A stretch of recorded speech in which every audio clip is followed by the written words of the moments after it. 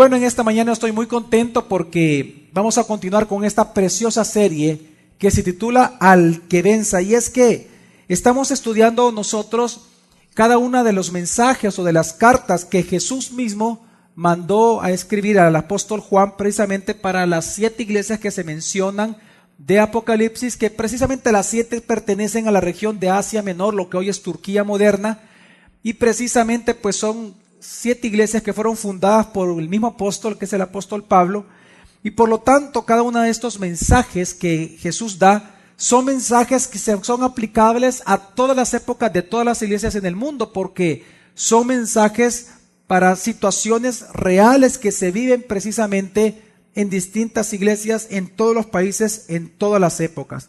Y por lo tanto en esta mañana vamos a hablar acerca de la iglesia de Esmirna, que es la segunda iglesia que se menciona en Apocalipsis capítulo 2, y el título del sermón de esta mañana es Esmirna, cuando la gracia de Dios embellece el sufrimiento cristiano. Y es que precisamente nosotros debemos de entender, y todos lo sabemos por experiencia propia, que el cristiano, por todo lo contrario a lo que piensa el mundo, no estamos exentos de sufrimientos. Y es que en nosotros se van cumpliendo el sufrimiento de Cristo. Para nosotros los cristianos sufrir es un privilegio. Para nosotros los cristianos sufrir, ser probados, es un gran privilegio, es producto de la gracia de Dios. Porque jamás un cristiano va a caminar tan puramente como en los momentos de prueba y de aflicción. Es cuando nosotros somos probados, en donde la belleza realmente del cristiano surge.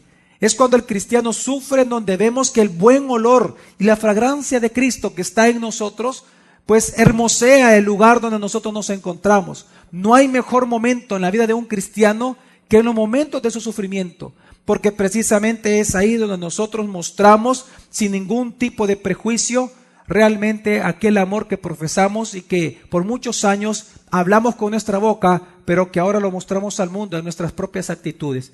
Por lo tanto, si hay una iglesia de las 7 mencionadas en Apocalipsis que ha sufrido muchísimo como ninguna otra en Asia Menor, y es precisamente la iglesia de Esmirna. Y precisamente como ella, ahora nosotros vemos en la historia de Esmirna y por la palabra de Dios que Él les da a ellos específicamente, nosotros vemos el amor de Dios y toda la gracia de Dios sobre ellos, y lo vamos a ver incluso históricamente. Y al ver eso, precisamente cómo Dios trata a una iglesia sufriente, eso nos va a ayudar a cada uno de nosotros a entender para qué es el sufrimiento, cómo se debe de sufrir y cómo enfrentarlo cada día de nuestra vida cuando estamos en esas durísimas pruebas. Entonces, para comenzar, quiero que me acompañen a Apocalipsis capítulo 2, donde vamos a estar en esta mañana, del versículo 8 al 11, dice así la palabra del Señor. Escribe el ángel de la iglesia en Esmirna. Esto dice el primero y el postrero, el que estuvo muerto y volvió a vivir. Sé tu tribulación y tu pobreza, pero eres rico. Y la blasfemia de los que dicen ser judíos y no lo son, sino sinagoga de Satanás. No temas lo que vas a padecer. He aquí que el diablo está a punto de echar en la cárcel a algunos de vosotros, para que seáis probados, y tendréis una tribulación de 10 días. Sé fiel hasta la muerte, y yo te daré la corona de la vida. El que tiene oído, oiga qué dice el Espíritu a las iglesias. El que venza no sufrirá daño de la muerte segunda. Vamos a leer una vez más el primer versículo, que es el versículo 8 de esta preciosa carta y preciosa palabra de Jesús. Escribe al ángel de la iglesia en Esmirna.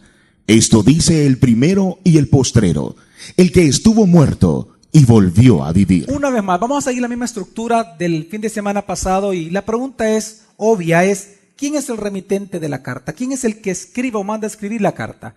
Sabemos que es Jesús. Y dice precisamente algo muy interesante, porque si usted se da cuenta, si usted recuerda la predicación de la semana pasada, ¿cómo se presentó Jesús con la iglesia de Éfeso? ¿Se acuerdan cómo Él se presentó, los títulos que Él se dio? Cuando Él escribe, dice, diles a la iglesia de Éfeso, he aquí el que tiene, ¿qué decía la semana pasada? Las 7 ¿qué? Estrellas en su mano derecha, y aquel que camina en medio de ¿qué?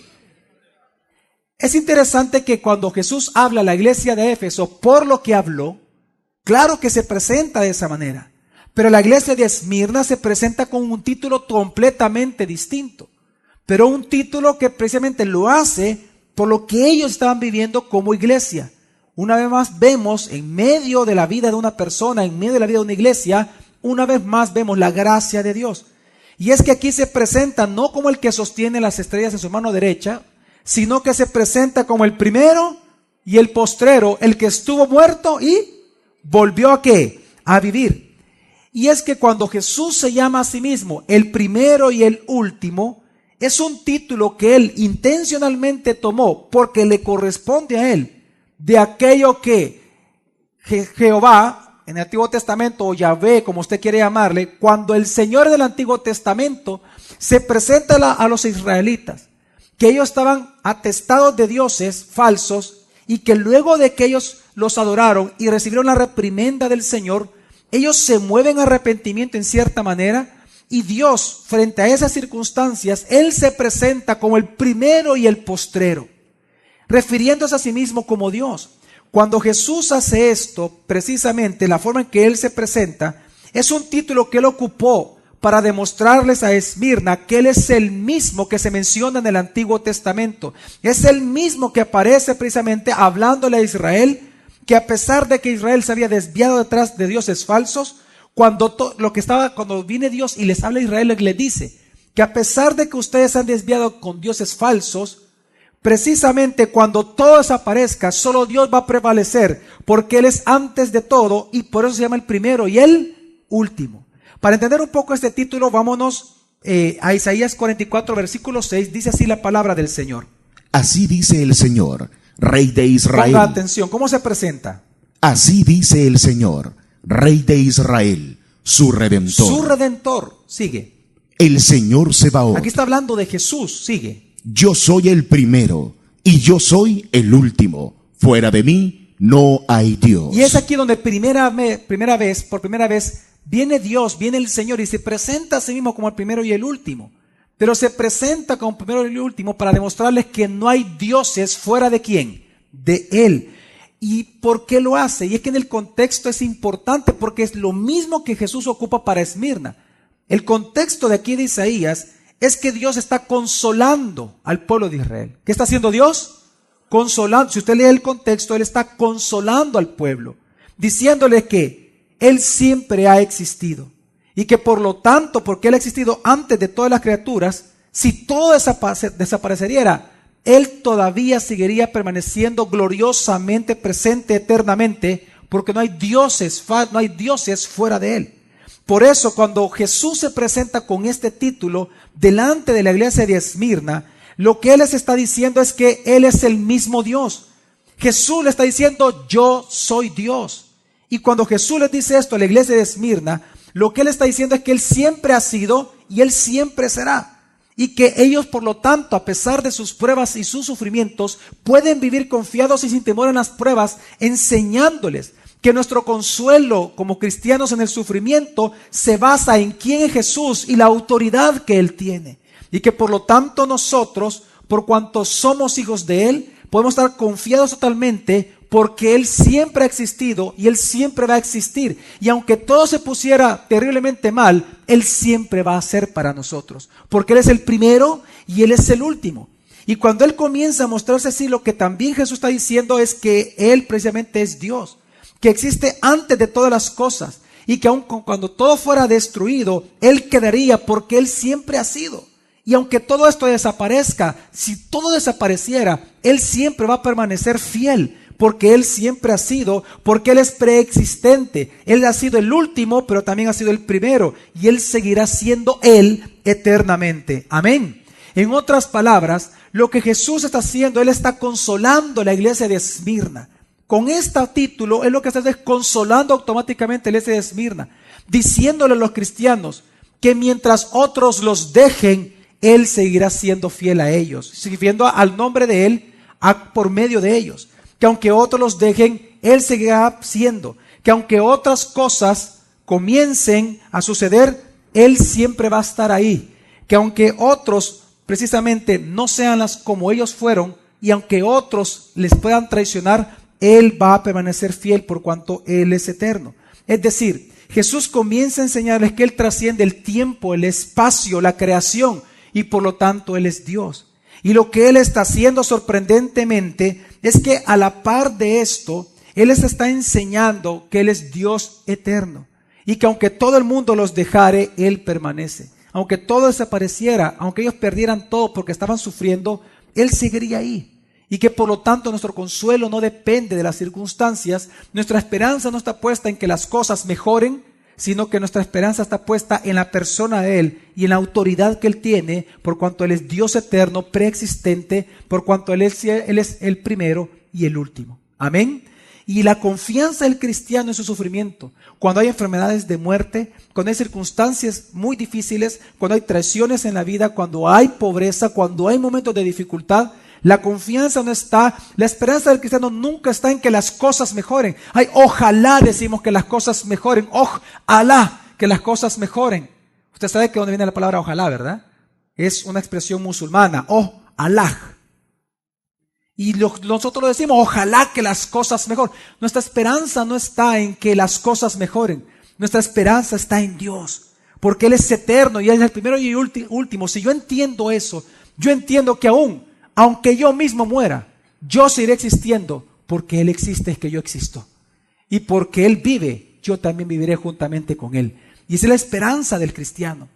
Por eso es que Jesús se presenta de esta manera. Pero lo interesante es que aunque Él se presenta de esta manera, a la par de este título, Él dice algo muy interesante, que es la paradoja más grande que aparece en la Biblia.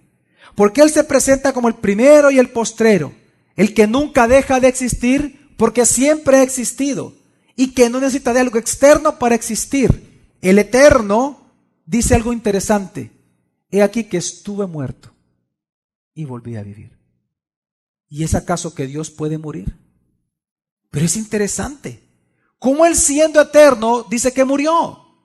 ¿Es eterno o no es eterno, pastor? ¿Existe o no existe? ¿Cómo Dios puede morir?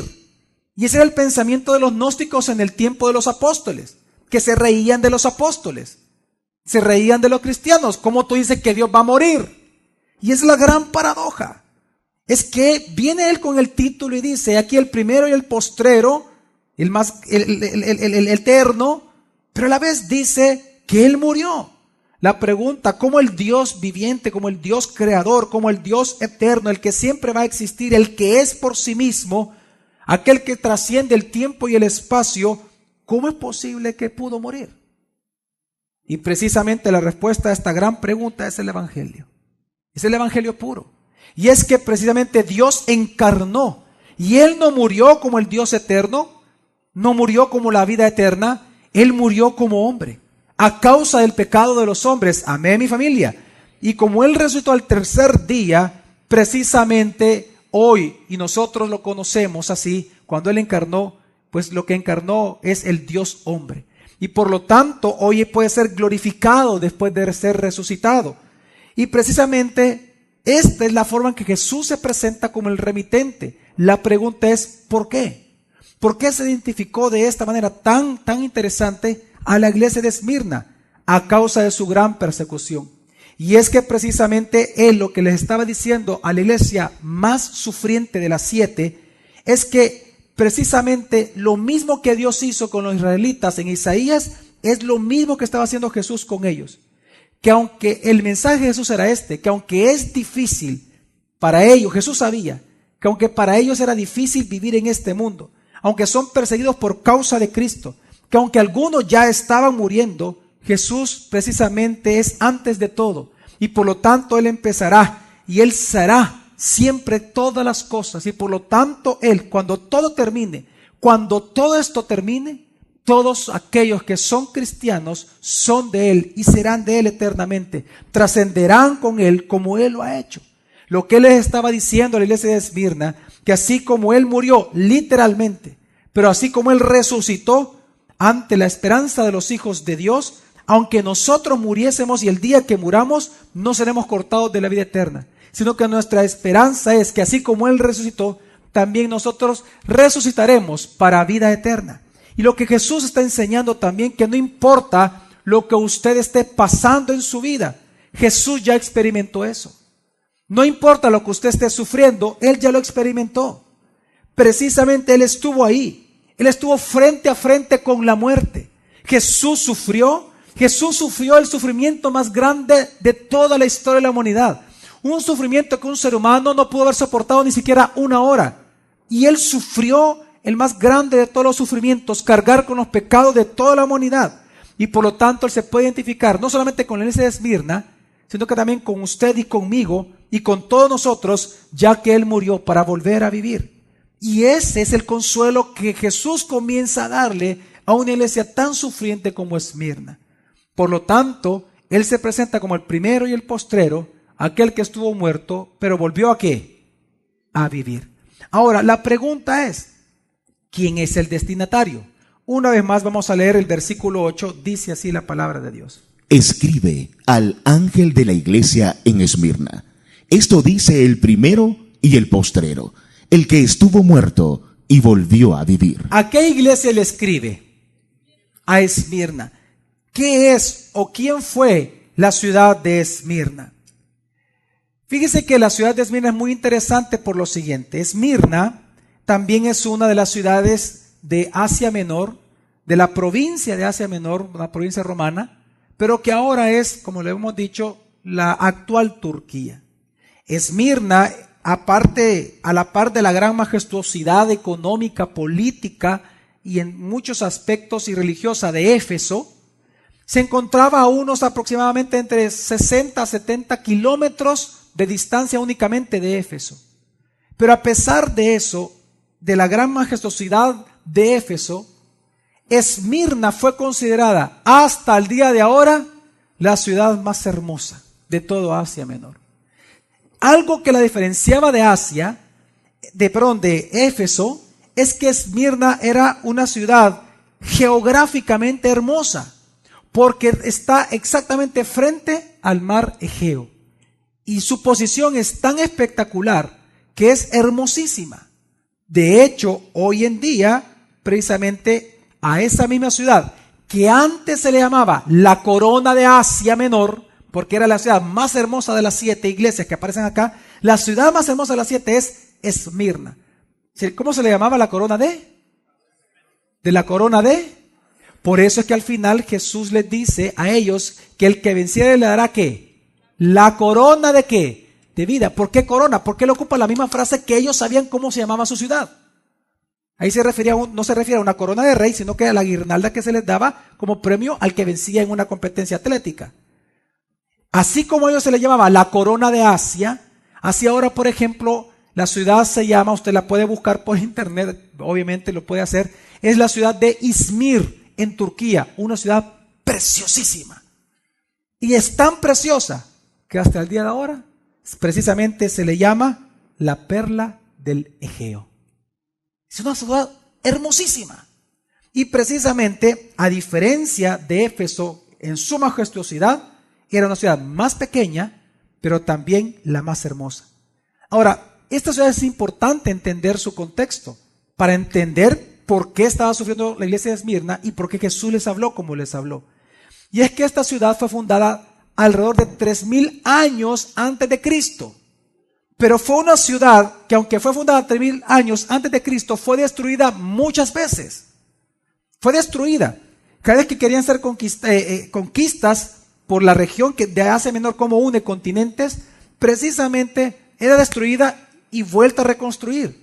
Y precisamente cuando los lidios llegaron a atacar Asia Menor, destruyeron la ciudad y después de eso fue reconstruida por los romanos en el año 290 antes de Cristo.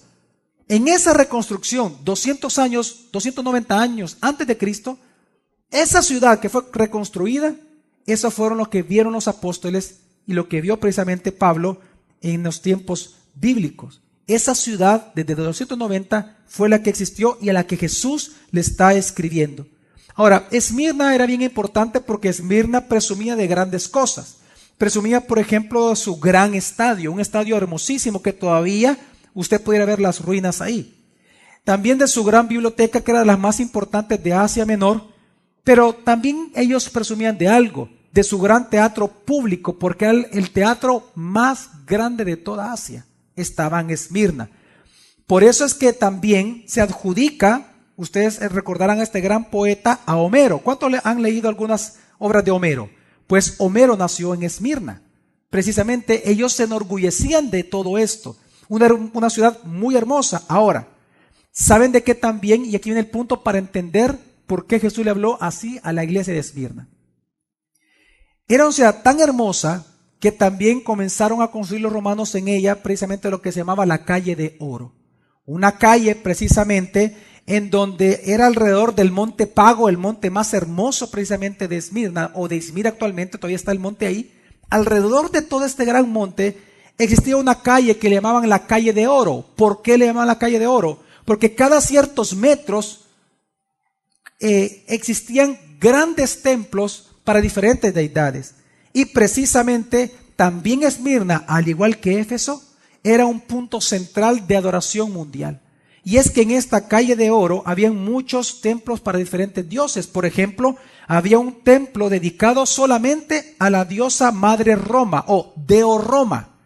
Y es interesante que Roma llegó a ser tan majestuoso como imperio que precisamente el único lugar donde había el único templo dedicado a la diosa Roma, a la ciudad de Roma que la convirtieron en una diosa, fue en Esmirna.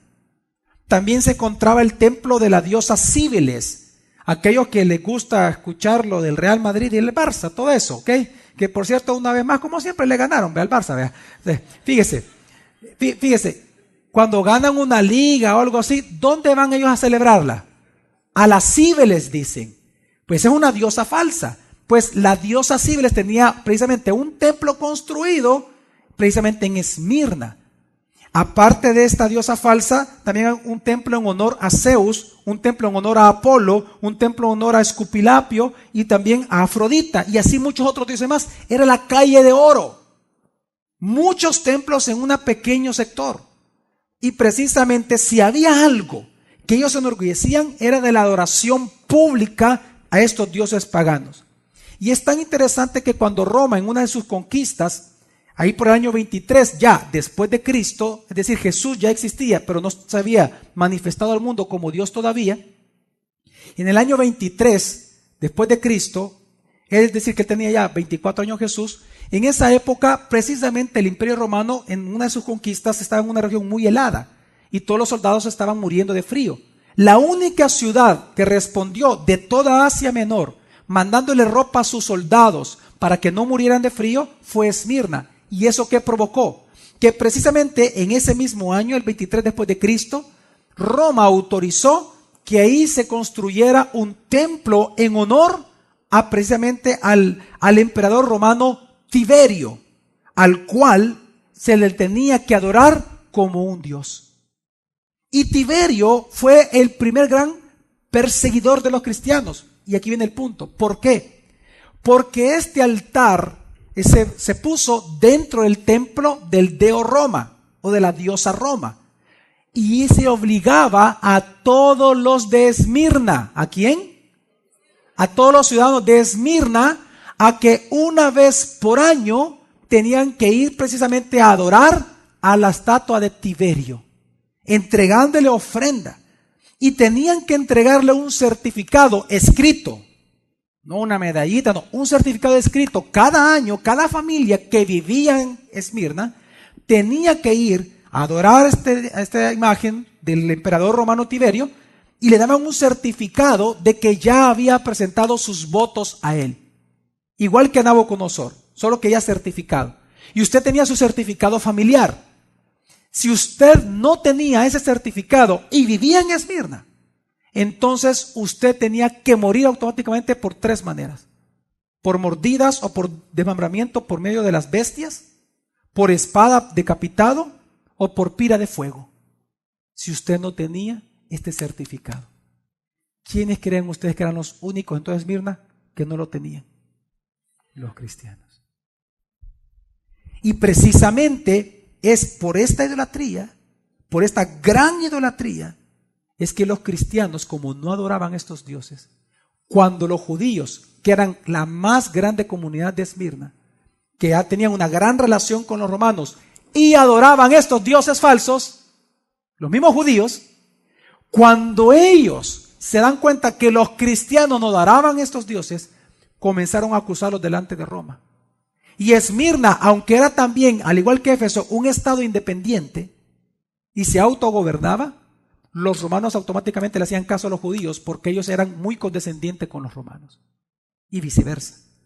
Y ahí entonces, precisamente, en esta pequeña pero hermosa ciudad e idólatra ciudad, es que Dios hizo nacer una iglesia 40 años antes de que Pablo antes de que Jesús hablara de esta carta. 40 años antes. Mientras Pablo estuvo 3 años en Éfeso, él fundó Esmirna. En esta pequeña ciudad nació una tremenda iglesia, pero una iglesia que nació para sufrir. Y precisamente la iglesia, vamos a hablar un poco del contexto, y no podemos hablar mucho tiempo del contexto de la iglesia porque es muy corto. ¿En qué sentido? Y es que nadie sabe la fecha exacta en que nació la iglesia de Esmirna. De hecho, ¿sabe usted que la única referencia de la iglesia de Esmirna en toda la Biblia es lo que estamos leyendo? Hechos de los Apóstoles no habla nunca, ni un solo versículo de la iglesia de Esmirna.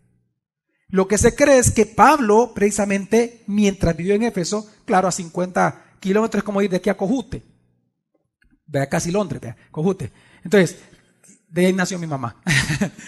Entonces, precisamente, es como ir de aquí a Cojutepeque.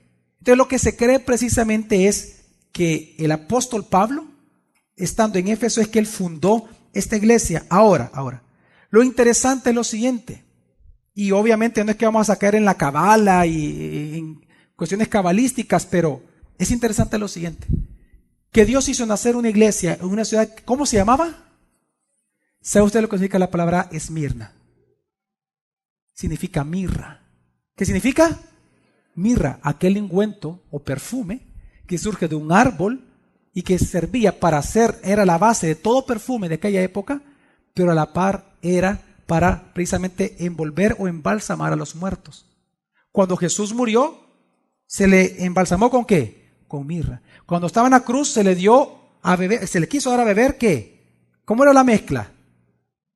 ¿Pero con qué? Con mirra. El vaso de alabastro que quebró la mujer a los pies de Jesús era de mirra. Y es interesante ¿y por qué digo que es interesante este nombre? Porque la mirra es un árbol no muy alto, es mediano, pero es un árbol delgado y las ramas son delgadas, son casi como el tallo de gruesas, pero con una gran diferencia, tienen espinas casi de 1/4. Por lo tanto, para sacar el perfume, escuche bien, para sacar el perfume de la mirra, o para sacar el ungüento de la mirra, para sacar la vida de la mirra, o hay que quebrar el árbol, hay que triturarlo o hay que herirlo. No hay otra manera.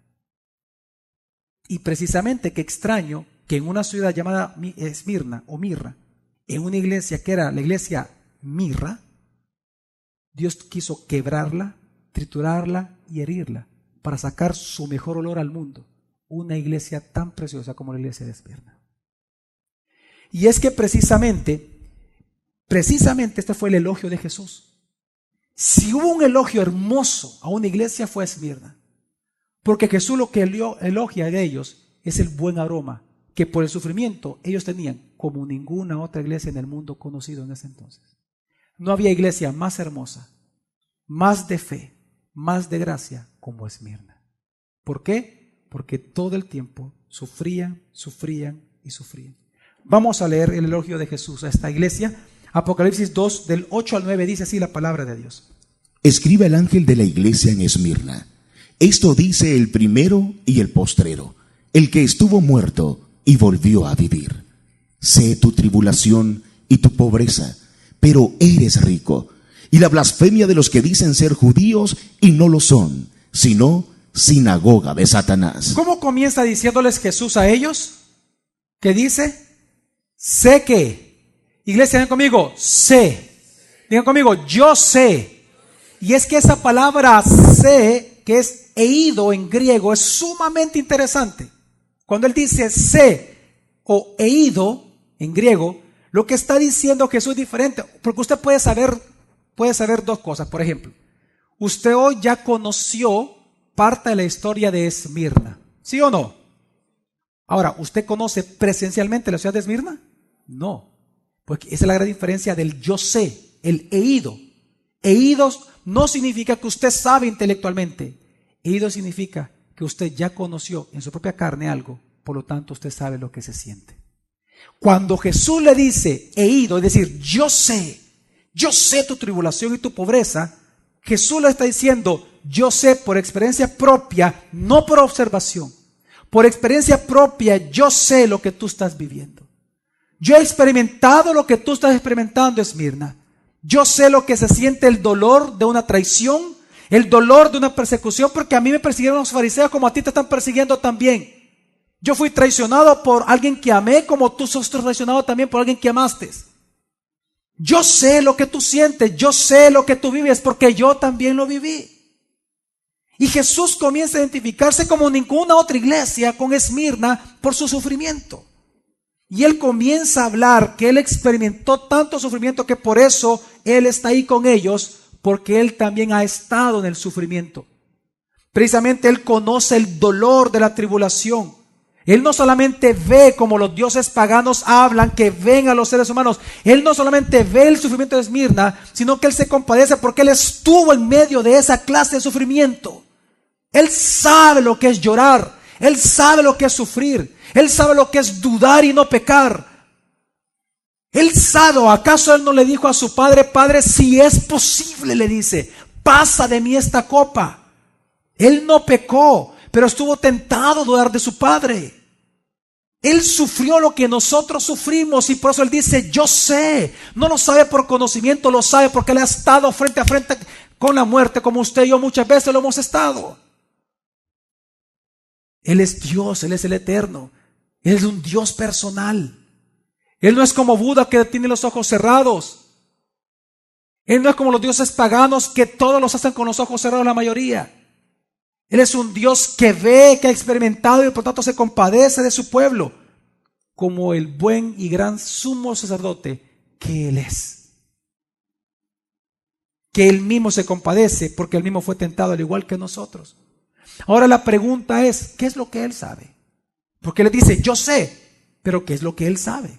¿Qué es lo que Él ha experimentado al igual que la iglesia de Esmirna, al igual que usted y como yo como cristianos?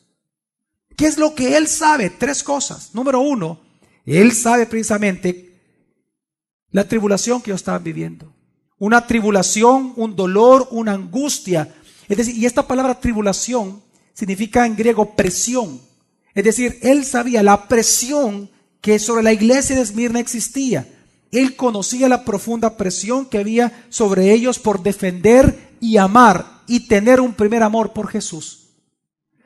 Ahora la pregunta es, pastor, ¿por qué ellos sufrían? ¿Por qué ellos tenían presión? ¿Por qué ellos sufrían tribulación? Perdón, aquí es donde por 3 cosas. Por 3 cosas ellos sufrían tribulación. Históricamente lo enseñan los historiadores. 3 cosas que estaban pasando en la iglesia de Esmirna. La primera de ellas, por la oposición de ellos, lo cual le acabo de contar, a la adoración directa precisamente del emperador romano o del César, como se le llamaba en ese entonces. Y es que, como les comentaba, desde el año 195 antes de Cristo en Esmirna se había construido el templo del Dea Roma o la diosa Roma. Y por lo tanto, para deidificar o para poner una imagen de esta diosa Roma se ocupaba precisamente al César.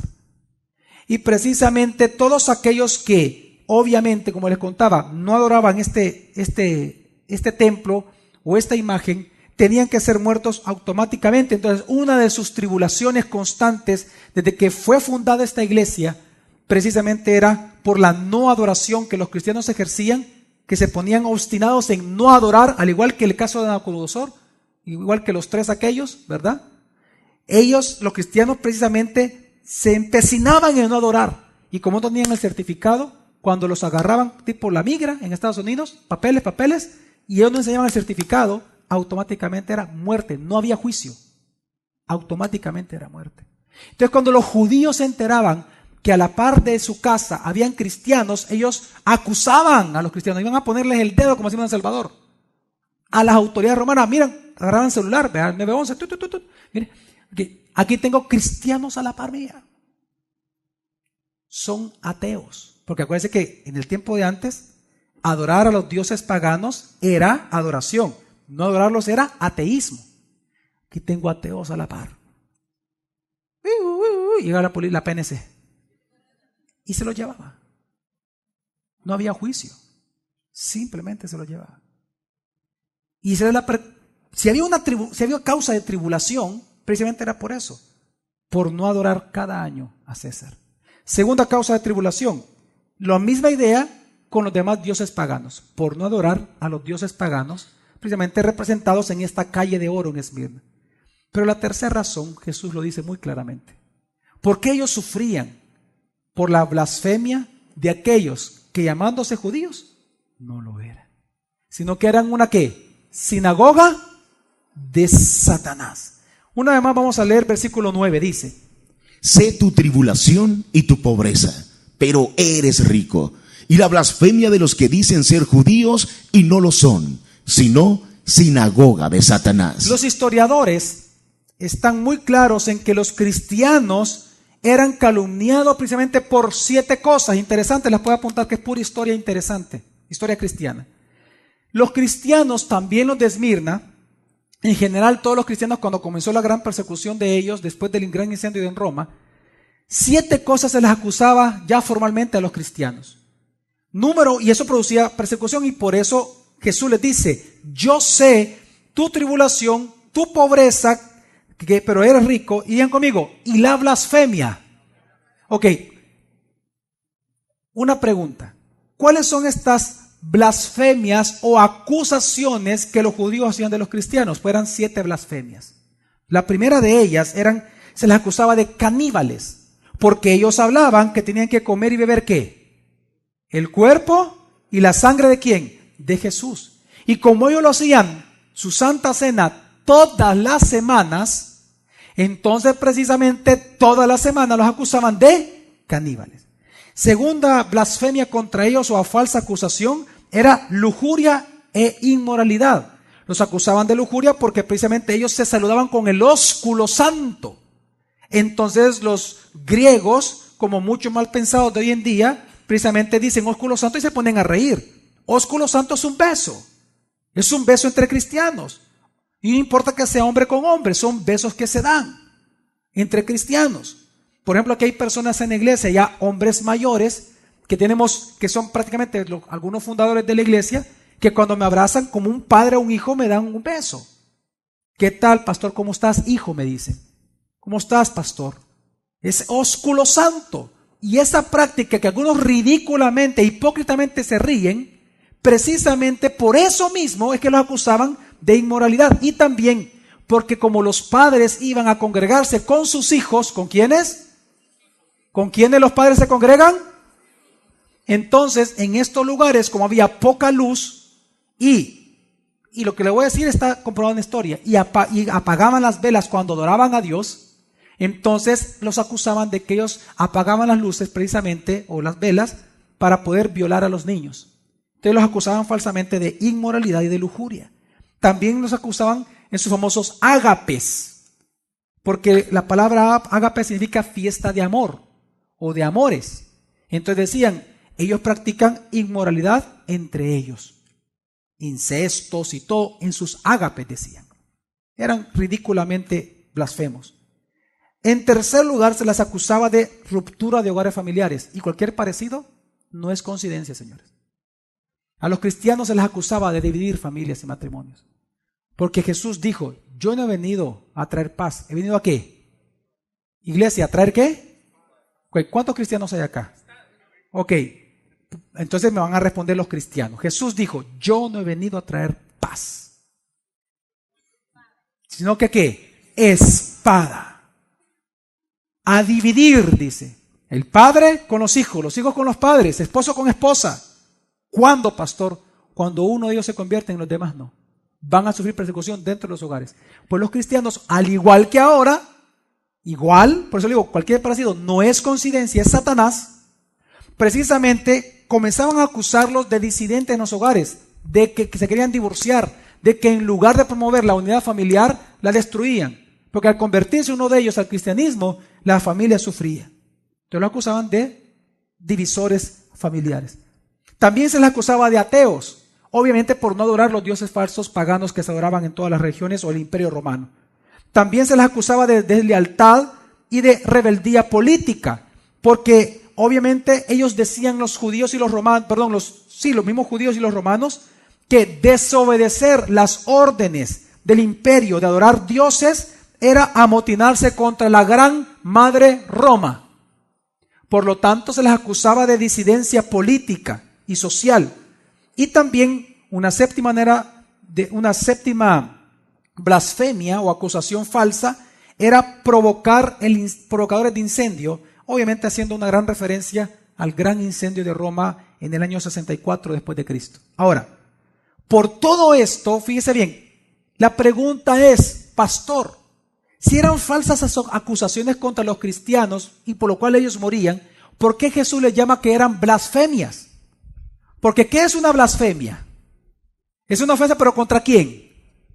Contra Dios. Fíjese bien, si yo ofendo al pastor Arturo Valdebenito, esa no es una blasfemia. Yo lo ofendo a él, ¿sí o no? Pero ¿por qué Jesús le llama blasfemia? A una ofensa personal. Porque es contra cristianos.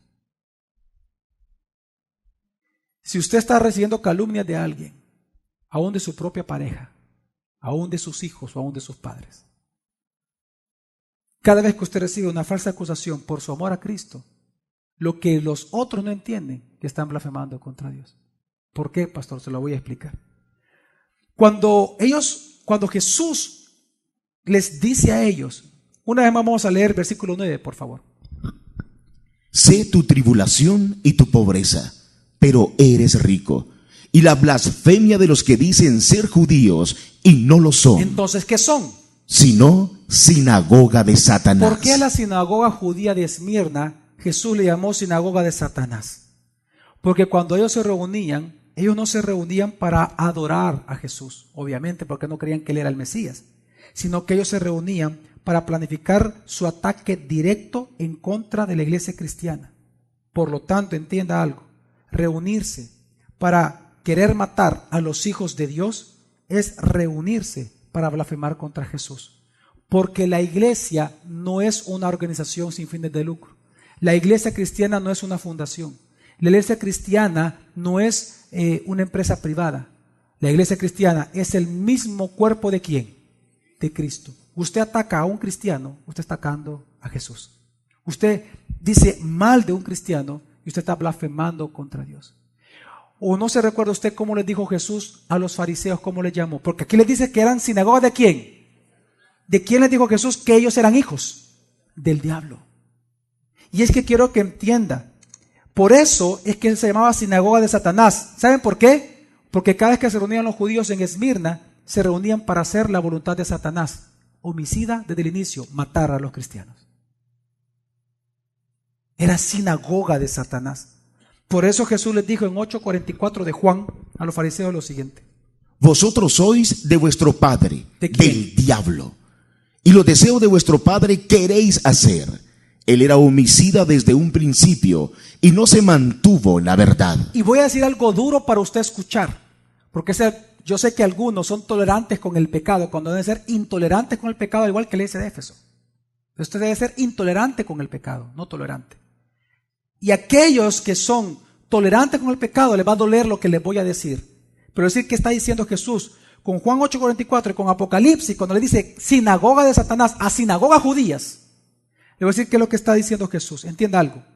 Cuando un grupo religioso del mundo, llámelo usted judío, islamismo, lo que sea, cuando un grupo religioso en el mundo rechaza a Jesús como Dios y como el Mesías, desde ese momento el judaísmo se vuelve tan satánico como cualquier otra religión pagana en el mundo. Ellos son satánicos. ¿Por qué? Porque la voluntad de Satanás hacen rechazar al Mesías. Y por eso sus palabras de rechazo al cristianismo no son más que blasfemias para Dios. Cuando un judío se burla de usted blasfemo es él. Porque al rechazarlo a usted y el mensaje que usted lleva, está rechazando y se está burlando del mismo Cristo que lo salvó a usted. Y que por causa de él y de su Espíritu Santo en usted, usted lo defiende a él. Y si por defenderlo a él, un judío o cualquier otra religión se burla de usted, el tal es un blasfemo. Y como le llamó el apóstol Pablo, son perros. Ellos son los perros, no nosotros. Y estoy hablando con la Biblia. Así que no se ofenda conmigo. Si no ofender, oféndase con Dios, no conmigo. Yo solo soy un gato que busca servirle a mi rey.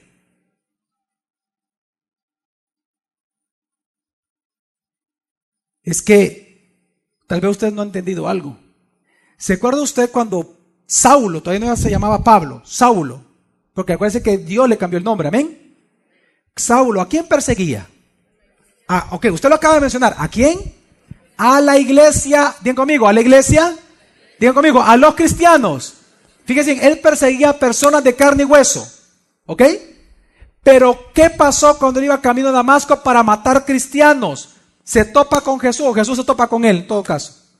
Jesús viene, es Jesús, se le aparece en visión, él cae, dice la palabra, en tierra, pero ¿qué le dijo Jesús? Saulo, Saulo, ¿acaso le dijo, ¿por qué persigues a mis hijitos? Él le dijo, ¿por qué persigues a mi iglesita? Así le dijo Jesús. No, Saulo, Saulo, ¿por qué a mí me persigues? ¿Por qué? Porque cuando un cristiano es perseguido, contra Jesús es. Cuando se habla en mal de un cristiano, se habla mal de Cristo. Es blasfemia delante de Dios, porque por causa de Cristo somos vituperados, Él es blasfemado. ¿Me doy a entender? Toda ofensa hacia un cristiano, Jesús la toma personal contra él. Por eso la llama sinagoga de Satanás. Ustedes son hijos del diablo.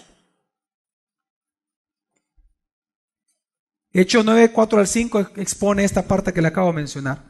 Y cayendo en la tierra, oyó una voz que le decía, Saulo, Saulo, ¿por qué me persigues? Contestó, ¿quién eres, Señor? Y él, yo soy Jesús, a quien tú persigues. ¿Realmente Saulo estaba persiguiendo a Jesús?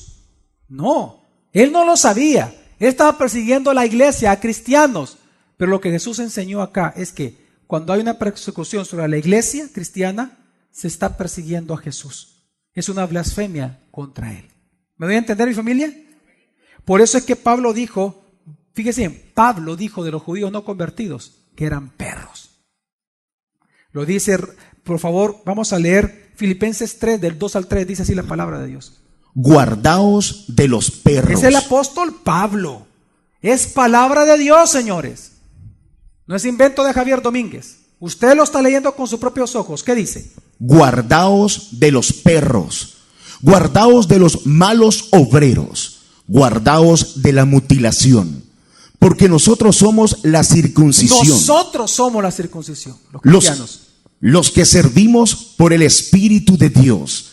Y nos gloriamos en Jesús, el Mesías, no teniendo confianza en la carne. Y este mismo apóstol Pablo, que le llama perros a los judíos, mire, por eso que no hay que extrañar lo siguiente. En Apocalipsis 20, creo, ahí cuando da la lista, Jesús, cuando da la lista de los que van a ser tirados al lago de fuego, juntamente con el Hades, que es el infierno, al lago de fuego, cuando todo se vaya al lago de fuego, la primera palabra que aparece, que se van a ir al infierno, al lago de fuego, son los perros. Son los judíos que nunca creyeron en el Mesías. Todos se van al chimbolero, porque son perros mutiladores del cuerpo. Y ahí los ponen, perros. Luego dice homicidas, borrachos, homosexuales, pero los primeros que aparecen son los perros. Y no estoy hablando de los chuchos, ¿verdad? Vamos a pensar que se va a ir Caracol y todo eso, ¿verdad? Como Sonic, ¿verdad? No. Estoy hablando de los judíos. Y precisamente por eso es que Pablo mismo, que escribió esto en Filipenses, cuando habla de la iglesia de Roma, habla lo siguiente. Pues no es judío el que lo es exteriormente. Es decir, el de sangre. ni es la circuncisión la que se hace exteriormente en la carne, sino que es judío el que lo es en lo interior. Y la circuncisión es la del corazón, en espíritu, no en letra. La alabanza del cual no viene de los hombres. ¿Sino de quién? De Dios. La alabanza que no proviene de los hombres, sino de quién. ¿Y cómo es? La pregunta es, ¿Dios alaba a los judíos que perseguían a la iglesia de Esmirna? No. ¿Cómo le llamó? Sinagoga de Satanás. Porque para Dios la alabanza que importa no es la de los hombres, es la que Él da. Y precisamente por eso es que cuando los judíos persiguen a la iglesia, como persiguieron a Jesús, ¿se acuerdan ustedes? ¿Quién persiguió a Jesús? ¿Cuántas veces Jesús fue muchas veces intentado precisamente asesinado? Todo el tiempo. Por eso es que Juan 15:20 dice la palabra de Dios. Acordaos de la palabra que yo os dije. Es Jesús. Un siervo no es mayor que su Señor. Si a mí me persiguieron, también a vosotros os perseguirán. Y esto es lo que estaba sufriendo la iglesia de Esmirna, la iglesia preciosa de Esmirna. Persecución, cárcel y muerte por causa de Jesús. Y por lo tanto, algo que no es extraño, si consideramos las persecuciones constantes de los judíos precisamente, es que ellos mismos, casi desde su fundación, ellos todo el tiempo comenzaron a atacar la iglesia, a los cristianos. Y no es de extrañar entonces que la iglesia sea perseguida. Y quiero que entienda algo, la persecución en Esmirna fue tan grande que incluso 50 años después de esta carta, de la carta de Jesús a Esmirna, 50 años después, cuando Policarpo era obispo ¿de dónde? De Esmirna. Digan conmigo, Policarpo, obispo de Esmirna. Él se convirtió en el 12º, dicen ustedes, en el 12º mártir de Esmirna. Porque fue un hombre que porque él expresamente no iba, como era digamos la cabeza de toda la iglesia de Esmirna en ese entonces, y él fue discípulo directo de Juan, del apóstol Juan. Precisamente él, como no adoraba a Tiberio, no adoraba las estatuas de los Césares, él fue acusado precisamente de todo lo que he mencionado, fue apresado, fue llevado al Coliseo y fue quemado vivo. Lo interesante es que él mismo pidió que no le fueran clavadas sus manos, porque él había visto que él iba a morir quemado, Dios se lo mostró a él, y él lo que hizo fue poner sus manos atrás, lo amarraron nada más, y él se paró, sin estar sujeto al fuego, y dijo, yo aquí no me muevo, no se preocupen. Y cuando a él le decían, pero Señor, Policarpo, niega a Cristo, decía, diga ave César, alabe a César, diga fuera con los ateos, refiriéndose a los cristianos, ¿no? Pues cuando estaba en el Coliseo dice, sí, lo voy a decir, dice, fuera ustedes, les dice a todo el pueblo griego ahí, judío, a todos ustedes, fuera ustedes son los ateos, les dice. Y entonces el pueblo dice, quemar, quemar, quemar. Entonces él solo se pone y le prenden fuego. Pero fue tan espectacular ese momento, porque el fuego comenzó a arder y alrededor de él pasaba el fuego. Y se quedó como una corona. Y él no era quemado, él estaba vivo parado. Y todo el estadio lo vio. Entonces, cuando estaba ahí el gobernador y se dio cuenta que él no estaba muriendo, vino y le dijo a un soldado, le dio la orden. Vino un soldado y le clavó en su corazón, en su costado, al igual que Jesús, una lanza. Y él murió, él no murió quemado, él murió por la lanza. Y precisamente cuando esto sucedió, ¿sabe qué edad tenía él? 86 años de edad, era un anciano. La ciudad del derecho del mundo no tuvo derecho humano. Llevó un anciano a la muerte. Y es decir, esta persecución en Esmirna fue terriblemente mal. Y Jesús sabía esto. Por eso dice, yo sé tu tribulación. Ahora, Jesús no solamente sabía, digan conmigo, yo sé. Así que Jesús no solamente sabía su tribulación, Jesús no sabía su blasfemia únicamente sobre Esmirna, sino que también Jesús sabía una tercera cosa acerca de la iglesia de Esmirna. ¿Y qué era la tercera cosa? Dice Apocalipsis 2, del 8 al 9, lo siguiente. Escribe el ángel de la iglesia en Esmirna. Esto dice el primero y el postrero, el que estuvo muerto y volvió a vivir.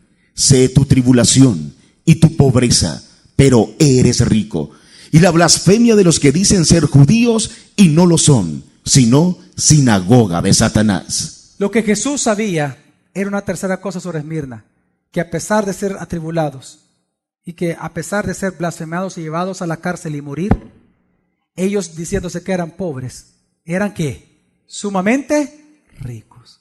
Y es que aquí Jesús es interesante lo que dice, porque la palabra pobre en el Nuevo Testamento solo tiene dos significados fuertes. El primer significado es pobreza de cosas no importantes, no pobre de manera de miseria, sino de cosas importantes. Cuando usted tiene cosas superfluas en su vida, la gente le dice, tú estás pobre, tú careces, por ejemplo, de inteligencia, tú careces de sabiduría, tú careces de valentía. Esa no es la palabra que Jesús ocupa. Porque el otro significado en la Biblia, en el Nuevo Testamento, de la palabra pobre es miseria. Cuando usted materialmente no tiene nada. Esa es la palabra que Jesús ocupa. Le dice, yo sé algo por experiencia propia. Yo sé lo que se siente ser pobre. Y ustedes son pobres. Y lo que se cree es que la mayoría de los miembros de la iglesia de Esmirna eran esclavos. Y Jesús les dice, yo sé que ustedes son pobres, pero a la vez de que son pobres, yo también sé algo, que son ricos. ¿Y ricos en qué? Ricos en fe. Que a pesar de que no tenían nada, de ser esclavos, de ser amenazados a muerte, de ser perseguidos y encarcelados, Jesús sabía que precisamente ellos, a pesar del sufrimiento, nunca se olvidaron de Dios, nunca blasfemaron contra Dios, no se quejaron de sus pruebas, no se quejaron de sus enfermedades, no se quejaban de su muerte, no perdieron el primer amor, sino que todo el tiempo ellos inclinaron su oído al Señor y no inclinaron sus rodillas a los dioses falsos. Se fortalecían día tras día en la fe y todos los días confiaban en la preciosa gracia de nuestro Señor. Por eso les dice, yo sé tu pobreza, pero también sé que eres rico. Y es que a pesar de que ellos tenían mucho sufrimiento, por el sufrimiento ellos eran llenos precisamente y fuertes en fe, eran ricos espiritualmente en piedad, en amor, en paciencia, en paz, en gozo, en esperanza, en fe, en oración, en santidad, en piedad, en misericordia, pero también ricos en experimentar cada día y gozar de la gracia de Dios en ellos. Si había una iglesia rica, tremendamente rica, diferente a la iglesia de la Odisea, que les digo, tú te crees rico, pero es que pobre, ciego, desnudo, diferente a esa iglesia, a esta iglesia tú eres pobre, yo lo sé, pero también sé que eres rico, en fe, en esperanza, en amor, en paciencia, en primer amor, eres rico, eres una iglesia rica. Y es que tiene sentido. No hay etapa más preciosa en el ser humano, en los cristianos, más hermosa, más llena de fe, más llena de manifestación de dones, como la etapa de los sufrimientos cristianos. Porque si algo hermosea el sufrimiento cristiano, es la poderosa y grandiosa y soberana gracia de nuestro Señor. No hay nada más hermoso para un cristiano que vivir cada día viendo y experimentando y gozándose y ser sostenido por la hermosa gracia de nuestro Señor. No hay nada más hermoso para eso, para un cristiano. Y lo que estaban experimentando ellos. Dios lo que les estaba alabando es que a pesar de todo, Dios todo el tiempo le mostraba su poder, su amor, su misericordia, su gracia en medio del dolor, en medio del sufrimiento. Y precisamente ellos sabían, como Pablo les tuvo que haber enseñado, ellos sabían que en los tiempos de aflicción, que en los tiempos de necesidad, que en los tiempos de debilidad, ¿qué es lo único que nos basta? La gracia de Dios. Como Pablo le enseñó, como Dios le enseñó a Pablo, bástate mi gracia, porque mi poder se perfecciona en la debilidad. Si había una iglesia en que en carne propia conocía esto, fue la iglesia de Esmirna. Y esa fue la gran alabanza que Jesús le dio a ellos. Si algo Jesús los alabó, es que a ellos lo único que les bastaba en su pobreza material era la gracia de Dios. Por eso es que nosotros como cristianos no ignoramos algo, lo que dice 2 de Timoteo 3, versículo 12. Dice: sí, todos los que quieran vivir piadosamente en Jesús, el Mesías, padecerán persecución. ¿Padecerán qué? Persecución. Y eso es parte de la historia cristiana. Eso es parte de lo que a nosotros nos hace 3 veces felices. El sufrimiento cristiano, como pastor, claro, Jesús dijo: bienaventurados seréis cuando os persigan o hablen mal de vosotros os vituperen por causa de mí. ¿Y qué significa bienaventurados? 3 veces, ¿qué? Feliz. Y ese es el gozo del cristiano, la gracia de Dios. Por eso Santiago lo reafirma cuando él escribe en Santiago 1, del 2 al 4, dice: hermanos míos, tened por sumo gozo, cuando os veáis cercados de diversas pruebas, sabiendo que la prueba de vuestra fe produce paciencia, y dejad que la paciencia tenga su obra completa. Dejad que la paciencia llegue a su obra completa. ¿Cuál obra? Para que seáis perfectos y cabales, sin que os falte cosa alguna. Sin que os falte hasta ser ricos. La alabanza que le dio a la iglesia de Esmirna. Primera de Pedro 5:10 dice: y el Dios de toda gracia, que os llamó a su gloria eterna en el Mesías, después de que padezcáis un poco de tiempo, Él mismo os perfeccionará, afirmará, fortalecerá, establecerá. ¿Cuánto pueden decir conmigo? Amén. Y es lo que enseña la Biblia. Por eso nos gozamos en los sufrimientos de los cristianos. Por eso no nos quejamos, sino gozamos de verdad. Porque sabemos la obra de gracia que por privilegio estamos experimentando. Miren, por eso quiero que entiendan algo. Cuando usted esté sufriendo o tenga hartas necesidades en su vida, por favor entienda algo. Su esperanza no puede estar en que las cosas cambien. Su esperanza no puede estar en el ojalá. No. Su esperanza tiene que estar en que si Dios aún así lo quiere llevar pobre hasta la muerte o con necesidad hasta la muerte, aún después de la muerte usted va a vivir. Porque aquel que murió y resucitó, Él vive. Y porque Él vive, usted va a vivir eternamente. Él es su garantía de que la resurrección existe y que usted va a resucitar. Nuestra esperanza no está en que las cosas cambien. Nuestra esperanza está en la persona de Jesús. Amén, mi familia. Por eso es que precisamente 1 Pedro 1, 6 al 8, eso lo dice literalmente Pedro, dice. Ahora. Perdón, ¿quién va a escribir aquí? ¿Quién está hablando? Bueno, Dios, ¿a través de quién? ¿Del apóstol? Pedro. La primera carta de Pedro, ¿cuál es el contexto en el cual él escribió? ¿Se acuerdan ustedes? Él escribió, se cree, 2 meses después del gran incendio de Roma, cuando comienza la gran persecución de los cristianos. Él escribe a los perseguidos que se ven a Ponto, Galacia, a Capadocia, afuera de Roma, perseguidos a muerte. A ellos que estaban siendo perseguidos de muerte, les dice lo siguiente. Ahora, por cuanto es necesario, estáis siendo un poco afligidos por diversas pruebas. Un poco, nada más para morir, ¿no? Para que la prueba de vuestra fe, mucho más preciosa que el oro, el cual, aunque perecedero, es probado por fuego, sea hallada en alabanza, gloria y honra en la revelación de Jesús, el Mesías, a quien amáis sin haberlo visto, en quien aún no viéndolo, pero creyendo, os alegráis con gozo inefable y glorioso. Y por eso luego dice en el 13, segunda parte, dice: y tened vuestra esperanza puesta por completo en el banco, en las medicinas, en el dinero, en la edad, en la experiencia, en la suegra, en los padres, en la herencia, en el nombre. Cuando estés en diversas pruebas, poner tu esperanza por completo en estas cosas. ¿En qué los cristianos ponemos nuestra esperanza por completo? En la gracia que os será traída en la revelación de Jesús, el Mesías. Hasta después de la muerte. Nosotros no esperamos que las cosas cambien. Nosotros esperamos que aunque no cambiaran las cosas, seguiremos amando a nuestro Señor. Porque aún después de la muerte, viviremos eternamente con Él. Los demás no, nosotros sí. Y esa es nuestra esperanza.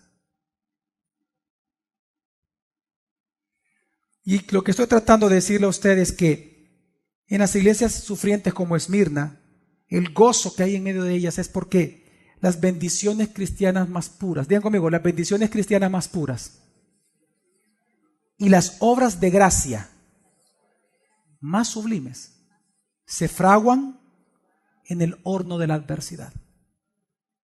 Y eso siempre va a ser así. Por eso es que históricamente cuando las iglesias y los cristianos sufren, son purificados, son depurados de pecado, se afirman en la fe, se afirman en la verdad. Y es porque mientras que ellos son afirmados, los hipócritas y los falsos cristianos, precisamente cuando enfrentan persecución, huyen. Y por eso son importantes las pruebas, para que se manifiesten los que no son verdaderos creyentes. Porque el verdadero creyente soporta la prueba y la aflicción. El falso creyente siempre evita el dolor cuando la persecución toca su puerta. Y es que las pruebas y las persecuciones fortalecen y refinen nuestra fe genuina y salvadora, pero también descubren la falsa fe y la destruyen. Las pruebas. Entonces, ¿cuál es el mandamiento de Dios para concluir? ¿Cuál es el mandamiento de Dios a esta iglesia sufriente? Porque hay un mandamiento de Dios. Dice Apocalipsis 2:10 lo siguiente: no temas lo que vas a padecer. No teman, no tengan miedo. No tengan miedo. ¿Tienes miedo a la muerte? ¿Tienes cáncer? ¿Tienes una enfermedad de muerte? No tengas miedo.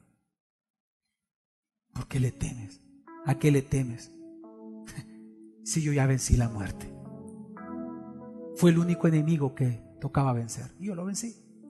A mí se me han dado las llaves de la muerte. Si yo vivo, tú vivirás. ¿Cuál es tu temor? En el momento que tú cierres tus ojos y mueras, me vas a ver a mí. ¿Qué mejor premio que ese?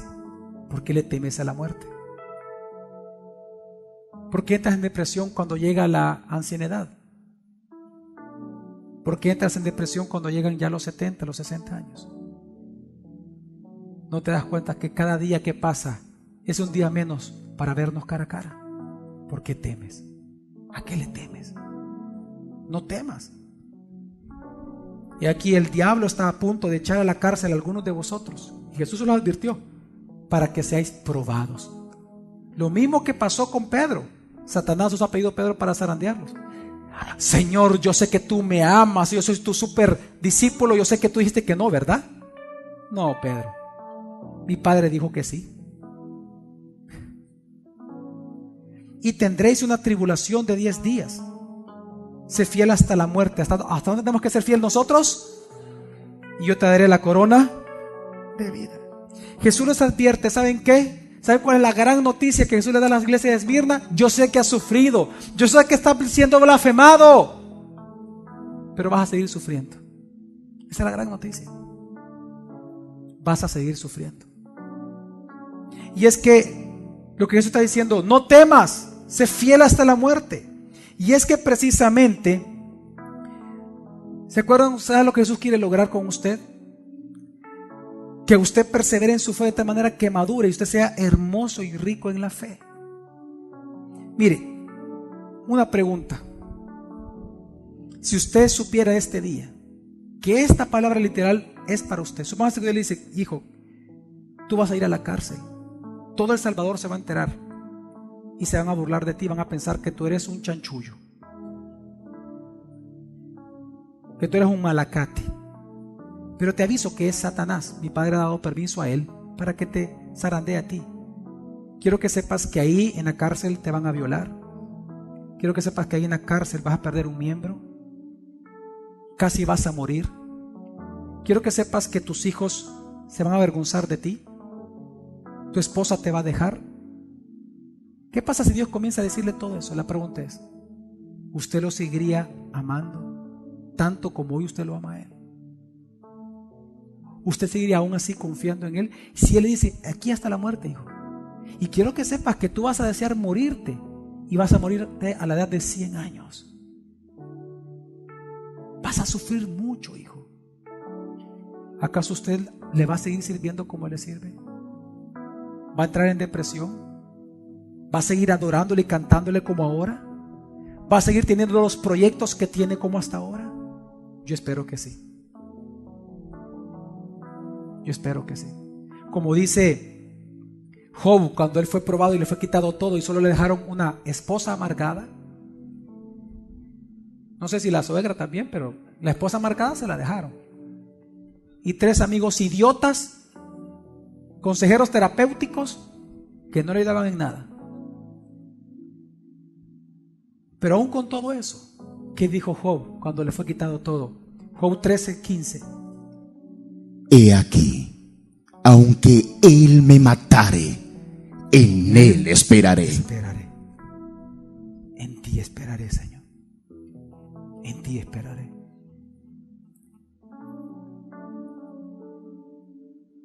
Qué hermoso es confiar en la gracia de Dios en medio del sufrimiento.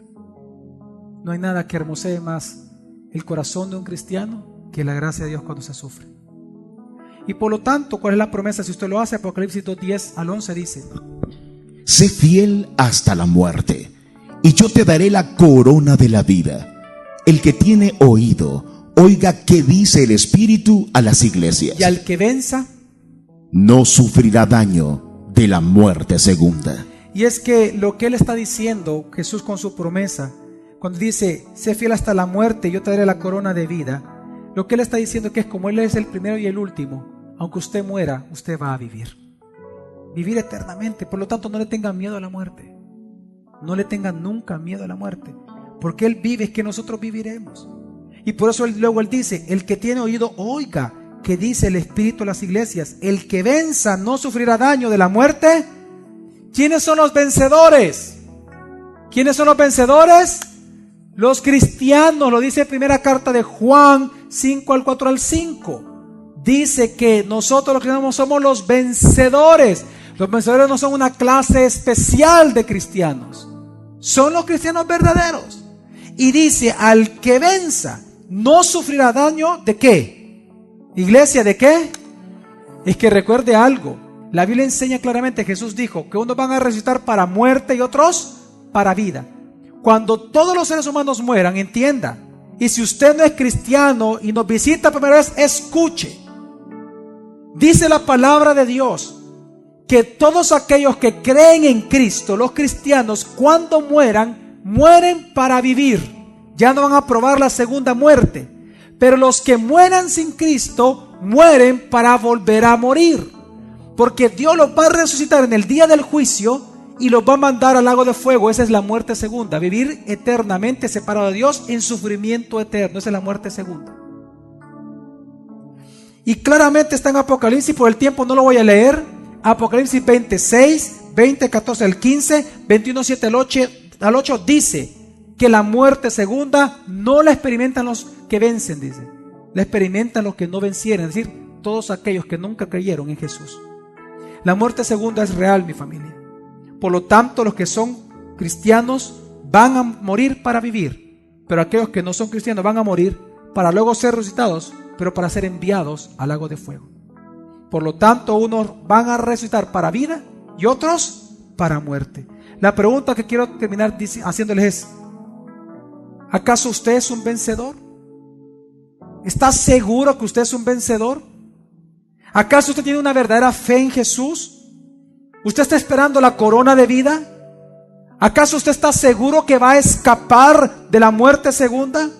Porque si no está seguro, entonces le invito a ser un vencedor. Le invito a vencer, a que a pesar de las consecuencias de la vida usted sea un vencedor. ¿Y cómo llegar a ser un vencedor o cristiano? Pida perdón a Dios ahora mismo. Ahí usted se encuentra sentado, pídale perdón a Dios por sus pecados. En segundo lugar, ruéguelo a Dios, ruéguele en ese momento a Jesús que lo salve. A Jesús, no a la pata de conejo, no al escapulario, no al Papa, a Jesús. Ruéguelo que lo salve. Él es Dios Salvador. Reconózcalo a Él, crea en Jesús como Dios Salvador, el que perdona su pecado, reconózcalo como el Señor de su vida. Y quiero terminar con algo. ¿Se acuerdan ustedes que Jesús le dijo a la iglesia de Éfeso que si ellos no hacían esto, el candelabro iba a ser quitado? ¿Se acuerdan ustedes? ¿La iglesia de Éfeso actualmente existe? No, porque ya no existe la ciudad. Se inundó y solo hay ruinas. Desapareció, como dijo Jesús, la iglesia. Pero saben algo muy interesante. Jesús nunca le dijo a ellos que la iglesia iba a ser ¿qué? Quitada, el candelabro. ¿Saben ustedes que la iglesia de Esmirna cristiana hasta el de ahora existe?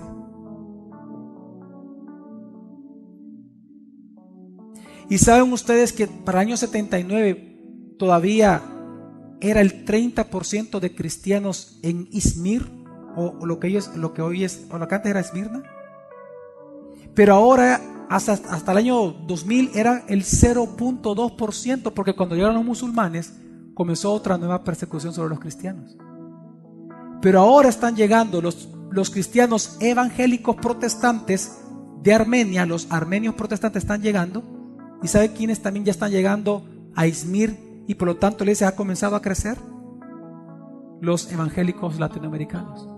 Gracias a los armenios y a los latinos cristianos evangélicos protestantes, es que hoy en día del 0.2% el porcentaje está creciendo. Y hoy en día, una vez más, a pesar del sufrimiento que hay ahí, siguen actualmente existiendo la iglesia cristiana. Desde los tiempos que fue fundada, nunca ha dejado de existir esa iglesia en Esmirna. Si Jesús lo cumplió con ellos, ¿qué le dice usted que no lo va a cumplir? Que si usted cree en Él lo va a salvar eternamente. Amén. Vamos a orar.